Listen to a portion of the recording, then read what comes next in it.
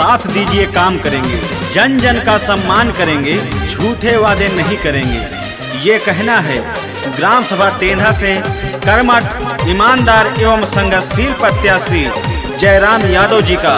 जयराम यादव को आप अपना बहुमूल्य वोट देकर भारी मतों से विजयी बनाएं।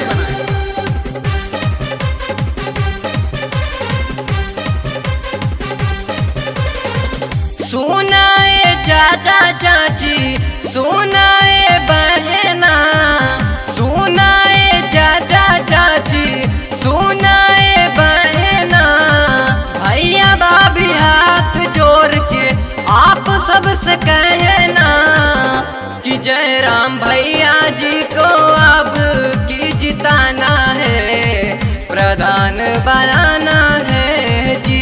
कि जयराम भैया जी को अब की जिताना है, प्रधान बनाना है जी।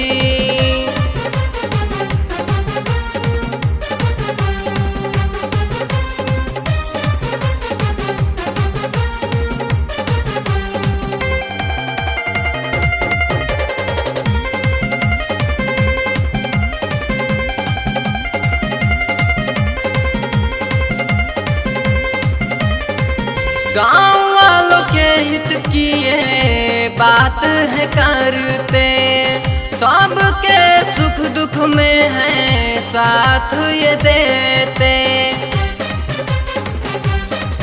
गाँव वालों के हित की ये बात है करते, सबके सुख दुख में है साथ ये देते।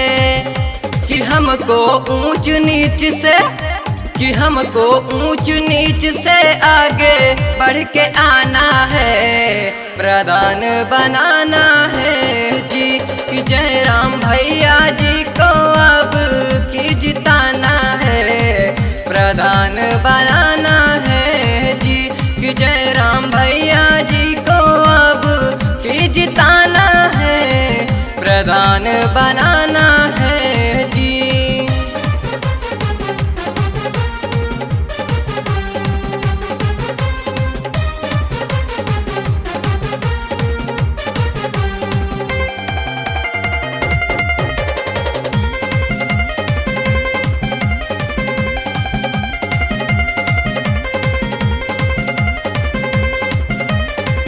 गांव का विकास और करेंगे तरक्की, ग्राम सभा तेंधा जम की बात है पक्की।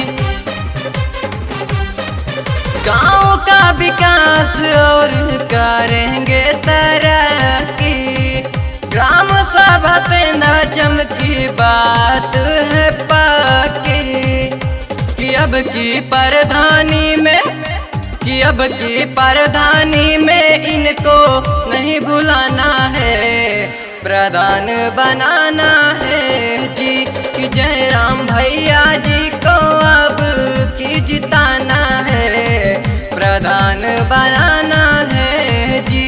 कि जयराम भैया जी को अब की जिताना है, प्रधान बनाना है जी। सुनाए चाचा चाची, सुनाए बहना, सुनाए चाचा चाची, सुनाए बहना, भैया भाभी हाथ जोड़ के आप सबसे कहना कि जयराम भैया जी को अब की जिताना है, प्रधान बनाना है जी। कि जयराम भैया जी को अब की जिताना है, प्रधान बनाना है जी।